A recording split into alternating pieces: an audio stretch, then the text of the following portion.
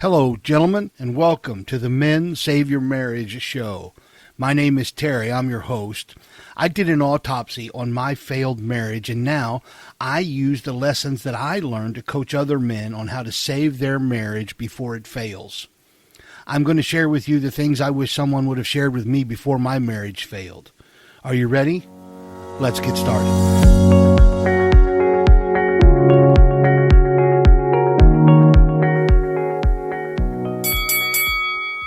Hello, gentlemen, and welcome back. This is the Men Save Your Marriage show. This is episode 57 as we continue in the Lead the Way series. As you know, my name is Terry. I'm your host. We just heard the bell. That means it's time to step into the ring so that we can fight together to save your marriage. So as I said, welcome back. This is episode 57. This is actually episode number 6 in our Lead the Way series. And if you've made it this far, I already know one thing about you. You're not here to play small. You're here because you've realized something. You can't save your marriage by being passive. You also can't lead it by being controlling. And when it comes to correction, because what we're talking about today in Leading the Way is how to correct with authority. And I'll be very honest, most men get correction wrong. So as I was saying, you're here because you've realized something. You can't save your marriage by being passive, and you can't lead it by being controlling. But when it comes to correction, when it comes to those moments where something needs to change, where you need to speak up, where the tone is off a little and the attitude is sideways, the behavior isn't really building anything good, most men fall into one of two traps here in these moments. They either explode, getting loud, reactive, and overbearing, or they evaporate, staying quiet, backing down, hoping that it just blows over. However, both of those responses kill respect. Both of those responses erode intimacy, and both of those are symptoms of a man who doesn't yet know how to correct with real masculine authority. And today we're going to fix that, okay? There is a third way, a better way, a stronger, calmer, more grounded way to lead your marriage and your home without controlling it and without giving your power away. And we're going to talk about that. We're going to talk about why correction isn't control, how to stay calm in confrontation, and what authority actually looks like in action. So whether your wife is sarcastic or silent, whether your kids are disrespectful or distracted, whether you're in a season of rebuilding or you're just trying to hold the line, you need this. Okay, so let's get into this, shall we? All right. So point number 1, control isn't authority, and passivity isn't love. Let's expose the lie that keeps men weak. Correction is the same as control. Well, that's a lie. If you believe that lie, you only have two options. You either dominate or you disappear. And most men bounce between both. They try dominating first, so that's raising your voice, giving ultimatums, managing every detail, demanding respect without earning it. And when that blows up in their face, they retreat into passivity. And that means not speaking up, avoiding confrontation, hoping that the being nice will fix the atmosphere. But here's the truth. Neither approach builds trust. Neither approach builds respect, and neither approach reflects the strength that you were designed to walk in. So, here's what your wife feels when you try to control. She feels unsafe, she feels micromanaged, she feels like she's being parented and not partnered, and she also feels like she needs to resist you just to breathe. That's when you try to control. What does she feel like, though, when you're passive? Well, She feels alone. She feels unprotected. She feels like the emotional weight of the home is on her shoulders.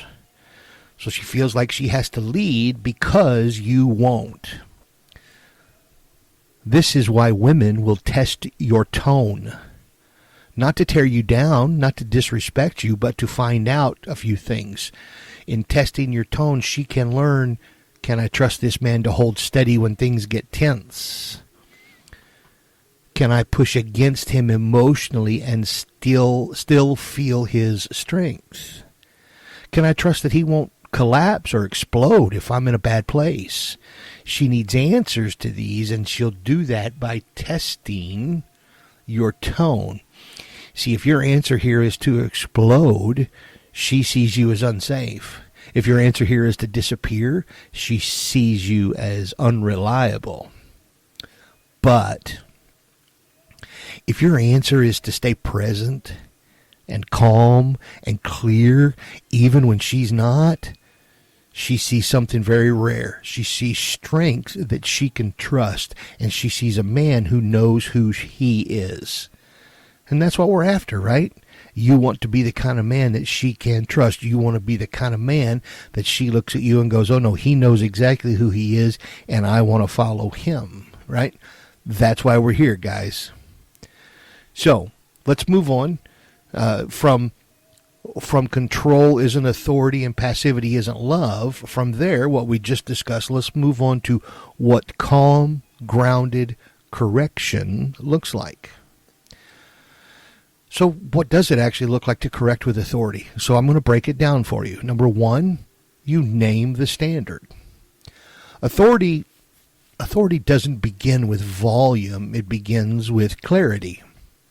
You can't enforce a standard you haven't established, and you shouldn't correct behavior that you haven't first defined. Let me give you some examples of standards. In this home, we don't raise our voices at each other. Sarcasm is not how we connect. I need honesty, not jabs. We follow through on what we say. That is who we are.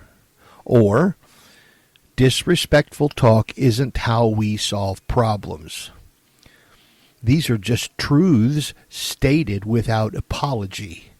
This is not about nitpicking behavior. This is about naming a culture. If your home feels chaotic, if your marriage feels tense, if your kids walk on eggshells or they act out constantly, it's likely because no one's named the standard. So, if you haven't, you can start here. You stay calm when challenged. This is where most men lose ground. You try to hold the line and she pushes back. You name the standard and the teenager rolls their eyes. And what do most men do? They try to win the moment. They'll fight harder. They'll talk louder. They'll escalate to prove their point. But correction isn't about winning. It's about leading. You see, when you get pushback, you don't match the energy. You don't trade jabs. You don't try to punish with your words. You root yourself in calm masculinity, and you say something kind of like this. I can see that you're upset. I am open to hearing you, but I won't engage in this tone. So let's reset. I hope that makes sense, and I hope you understand that. That should just see how that flows. Or you could say something like this. I'm not angry, but I am very serious. That is not okay with me, so let's find a better way to move forward. See, correction is not about emotion, it's about presence. And when you stay present in the face of conflict, you become unshakable. That, gentlemen, is how you stay calm when challenged. Now let's move on to the next one. You reinforce without retreating. This is kind of the final piece, see, because your tone matters here. Your words matter. But what matters most is your follow-through. You say it, then you live it. You set a boundary, then you walk it out. So this means, here's just a couple ideas. If sarcasm is off limits, you calmly pause and disengage when it shows up. If shouting is out of bounds, you leave the room and invite a reset. If disrespect isn't tolerated, you call it out without flinching. See, you're not emotional, you're not aggressive, you're not apologetic, you are consistent. And the consistency creates safety. The safety builds respect, and the respect allows for deep connection. Let me give you a story. This is about the guy that lost her respect and got it back. I'm going to call him Daniel. Let me tell you about Daniel. I worked with him. Great guy. He was a really, really good guy. In fact, he worked hard. He provided well. He tried to be loving, but his wife had a razor sharp tongue. She was sarcastic, dismissive, and would regularly mock him in front of the kids. He tried everything. He tried getting angry and snapping at her. He tried going cold and withdrawing. I know we've all done these, right? He tried laughing it off like it didn't bother him. But none of it worked. But why? Well, because he never clearly corrected it.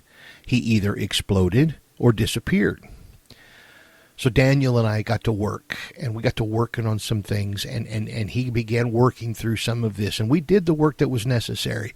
We clarified a standard. We wrote out his correction line, and he practiced it. And here, I'll give you what we wrote out, okay? He said this anytime he had to offer correction, or when he offered correction. When you speak to me that way, I don't feel respected. I'm not going to match your tone, but I also won't pretend it didn't happen. Now, he was very careful, and we talked about it. He did not say that in anger. He didn't yell. He didn't sulk. He said it once with calm, masculine conviction and walked away. So how did it go? What happened, right? She didn't crumble and apologize, but she did pause. And when she tested again, he held the line. Remember, you're going to be tested. He held the line. There was no yelling. There was no giving in. There was no emotional games. Just truth. He stood his ground with truth without any of the yelling or giving in or emotional games. And he said his line and delivered it again. Within weeks, not years, not decades, weeks, within just a few weeks, her tone began to shift. Not because he dominated her, but because he led. He set the standard. He corrected with calm. He followed through. And eventually she respected the man that she saw. That's the power of masculine correction. Okay, so that leads us into point 3. How to hold authority in marriage and fatherhood. So we're gonna break this into 2 realms: marriage and fatherhood. Make them separate. Let's start with marriage, because you're here because of a struggling marriage. So in marriage, your wife is not your child; she's your equal. But that doesn't mean you stay silent when disrespect or dysfunction show up. You don't lead her; you lead yourself, and that leadership creates the environment where the marriage thrives. So, what happens when sarcasm enters the room? Well, you pause and you calmly say something to the effect like this: "This isn't the tone I want for us. I'm trying to rebuild trust. Are you willing to reset?" Now, when the cold shoulder shows up, because that's what happens when sarcasm shows up. When the cold shoulder shows up, you just kind of lean in gently and say, "I feel the distance between us. I'm here when you're ready to talk. I'm not going anywhere." See what you're doing? You're calm, you're steady, you're leading yourself. That is pushing leadership into the marriage. So that's what happens when sarcasm or the cold shoulder shows up. What about when disrespect rises up and shows its ugly head, right? You name it without shame. Something like this: "I love you and I'm for you, but I won't tolerate being treated like I'm disposable. That's not the kind of marriage I want for us." See, you're not correcting to control her. You're correcting to build something better. Do you see the difference? Because it's, "I love you. I'm for you. I'm your biggest cheerleader, girl. but I won't tolerate being treated like I'm disposable. That's not the kind of marriage I want for us. You're not controlling her and trying to correct her. You're correcting her to build something better. I hope you see the difference there. That's how you correct in marriage. You got disrespect thrown at you, but you handled it. You got a cold shoulder thrown at you, but you handled it. You had sarcasm, but you handled it. And you handled it in such a way by controlling and leading yourself that you've now led in the marriage, and you guys are building something better. All right, so what about fatherhood? Kids don't need perfect dads, but they need present, firm, calm, and consistent dads. When your child disrespects you or screams in frustration or pushes boundaries, don't raise your voice to prove you're in charge. Get lower in your voice, slow your speech, lock eyes, and say something to the effect of, "That's not how we speak in this family. I know you're upset, but let's take a breath and try again." Then give them the space for the reset. You see, that is fatherhood. This is correction that feels like love. This is correction that teaches identity. And this is correction that shapes character. I hope this makes sense, and I hope you're taking this in. Now, listen, guys. All of this is going to be available in the show notes, okay? It's all in there. What these steps are, the sentences that I am using here to share with you, to give you ideas, it's all available in the show notes, wherever you get your podcast from. So when you go there, get the notes if you need them. But while you're there, do us a favor, give us a 5-star rating and review. It'll help other guys find the show as well. It works in the algorithm, and it helps us be found by other guys that need this. All right, let's move on. It's time for our weekly drill and how you can build your correction frame this week. You don't need a 10-year counseling degree to start leading with correction today. You just need a few things: clarity, you need language, and you need a steady anchor. So let's make it practical here very, very briefly, okay? Drill number 1, clarify your standards. Write out 3 to 5 standards you want to hold in your home. As an example, we speak with honor. We solve problems face to face, not side comments. We follow through on our words. We handle frustration without disrespect. Or we take ownership instead of blame. See, these are your foundational truths. So write them out, speak them, and live them. That's one way. That's just clarifying your standards. That's the first drill that you could do. Here's the second. Practice your correction lines. Write out 2 to 3 go-to phrases. And again, you can go back to the show notes if you want to use the ones I gave you, or use those as a launching off point to create your own. Write out 2 to 3 go-to phrases you can use in the heat of the moment so that you're prepared before the storm. Here's some examples. Let's pause this conversation. I want to handle it with respect. Or, I'm here for you, but not in this tone. So let's try this again. Or finally, this isn't who we are. Let's take a moment and reset. See, you're not scripting this to control. You're preparing to lead with clarity when emotions run high. So that's the second drill you can do. So the first one, go back, you can clarify your standards. The second one, you can practice your correction lines. Or the third, you can anchor yourself in calm. Okay? So before you respond in any moment of tension, ask yourself this question. Is this correction grounded in truth, or am I reacting out of emotion? Don't be afraid to pause. Don't be afraid to sit in the momentary silence that comes in a conversation. As I am demonstrating here now, take the moment and ask yourself, is the correction grounded in truth, or am I reacting out of emotion? Pause, then breathe, and then lead. That's how you anchor yourself in calm, regardless of the storm that is brewing around you. Okay, so If you want to build respect, connection, and trust in your marriage, you're going to need more than advice, guys. You need tools, reinforcements, tactical ways to show up with clarity and strength. You guys have already heard this. You know that's why I created the Marriage Arsenal. Inside it, you're going to find connection cards, pursuit missions, micro moments, all of that kind of stuff. You've heard me talk about this. I want you to go to marriagearsenal.com right now. I want you to look it all over. I want you to consider picking up the entire arsenal. But even if you can't today, I want you to scroll to the bottom. There's a card there.